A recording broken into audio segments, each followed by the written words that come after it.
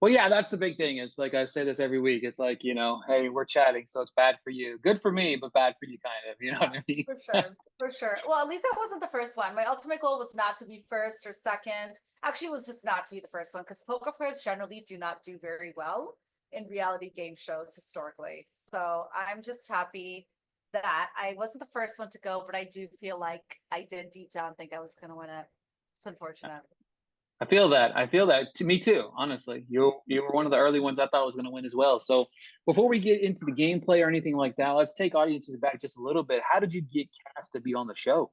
I think that casting directors just love poker players. I don't know what it is. I think that we kind of bring a different dynamic to the show. We have that like level of deception and also the experience to have this competitive lifestyle, as well as be kind of like kind of out there and outworldly and be able to adjust our schedules to kind of whatever fits the schedules of others. So, and there's so many different personalities in the world of poker. And then you look at what this show's concept is that like, living these two different worlds, this double personality.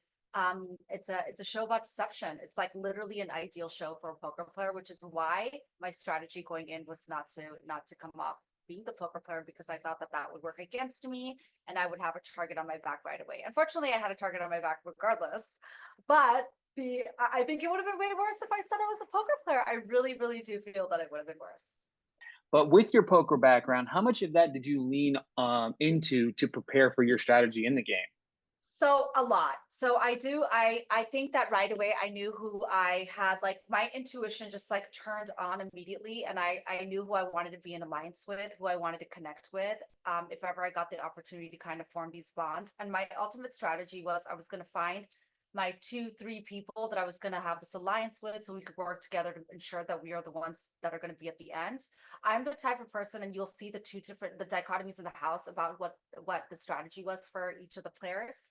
Some players felt that the weakest person should go, which is kind of what my alliance was kind of rooting for, because we really kind of emphasized and saw the importance of keeping the players around that were contributing to the prize pool.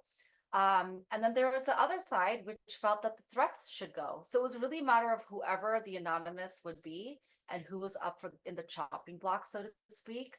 And unfortunately, as you can see, it only takes one vote and the wrong person to get eliminated. And for me, I really did not think when I was sitting in like the hideouts, this last episode that I thought maybe I'll get a vote. I did not think that I would get eliminated.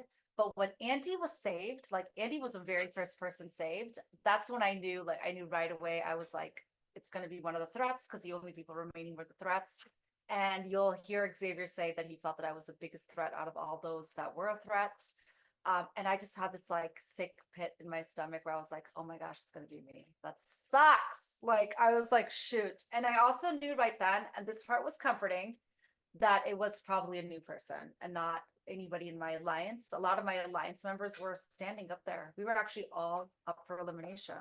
So I was like, this sucks because it's probably going to be me that's going to be gone. I had already known that Victoria had formed this kind of like love bond with Chris. So I was like, if it's her, I'm definitely not gonna. And it was down to me and Chris at the final. I was like, it's me. That sucks.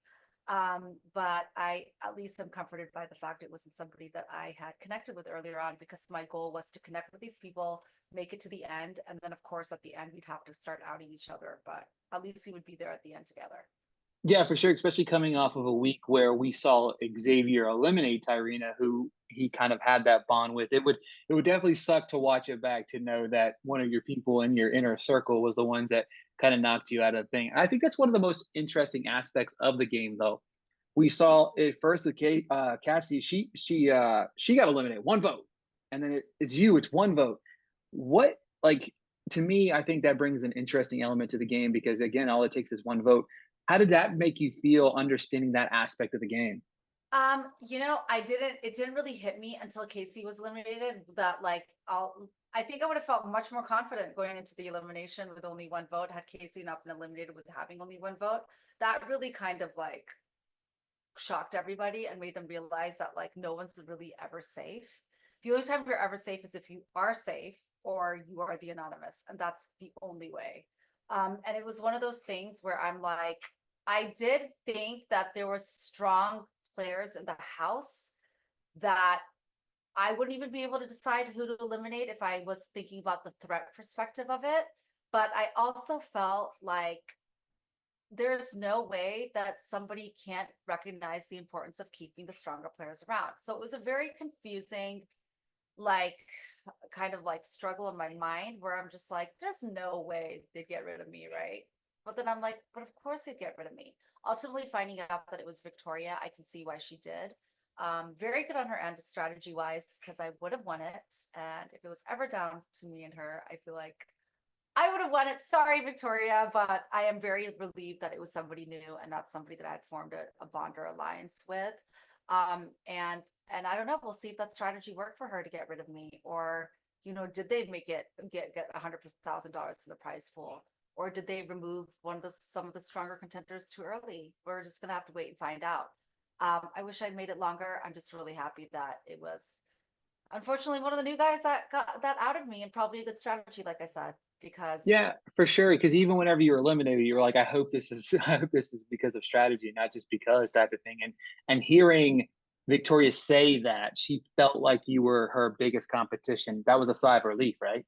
yeah, it was, and like I already knew that I had a target on my back from winning the first challenge. I was really surprised to see the last episode and see how many people thought I continued to be a threat. I don't know where I gave those vibes. I Me thought I neither. I was like, I thought I kind of kept it kind of low key. But I just feel like that never really left the minds of most. We had like a Survivor winner there, not I mean a Big Brother winner there, so somebody that had been on Survivor several times.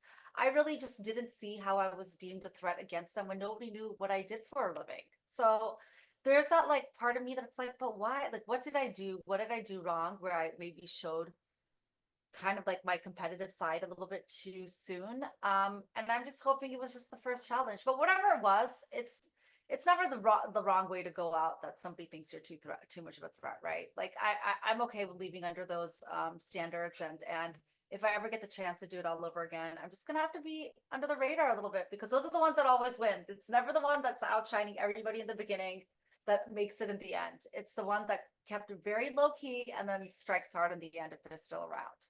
What's it been like watching it back and kind of seeing the things you didn't see in the house because you were living it? Yeah, one of the main things, blown away with Andy. Like, I cannot believe that his strategy worked. I did not ever think that he would be going against Andy at any point.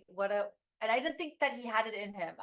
Knowing him personality, I guess I did read him a little bit wrong because he was a one person I just did not get right. I was like, wow, Andy, or not Andy, I'm sorry. Wow, Jack. Did I say Andy? I meant Jack. I was just blown away. Anonymous 2 times in a row, still couldn't really figure him out. Thought he was a super cool guy. But he did a really good job playing the game, and he got there. So I really feel like he came up off as a low key strong contender ultimately, and it was really impressive to see the way that he kind of like maneuvered through a strategy and got away with it. Yeah, he's one person that I've been like watching. I'm like, man, nobody has even now. Obviously, he gets put up for elimination in this coming up episode, right? But even then, it was just like, why? Everybody's got their eyes on everybody, but Jack's just like you said, he's kind of flying underneath the radar, and he's like playing the game. He's every week I'm watching. I'm like, all right, who's it down to? Who's the anonymous? And it's like always Jack, and I'm like, what? Like this guy is got it down to a T. Yeah, yeah, he's the one that surprised me the most. I don't think anybody else really surprised me. I would say that my perception of everybody was pretty on point, and nobody really surprised me outside of Jack. For sure. All right, last question before we go here is who do you think is going to win the anonymous? So again, now that looking back on it and seeing like the strategy of what's happening, ultimately, I think that for a game show like this, seeing how it's structured, you don't want to be the strongest person right away. You don't want to be the one winning the challenges, but you also don't want to be the one that's at the end, last in the challenges. I do say in my exit speech upon leaving that I feel like it's Nina. Looking back at it now I'm like starting to think maybe it's Jack. I have no idea, but I do not think it's somebody that is outshining everybody right now. I just think that strategy long term is not what's going to win the show. I think the person that's going to win the show is the one that stays under the radar for as long as possible and then kind of hits hard at the end.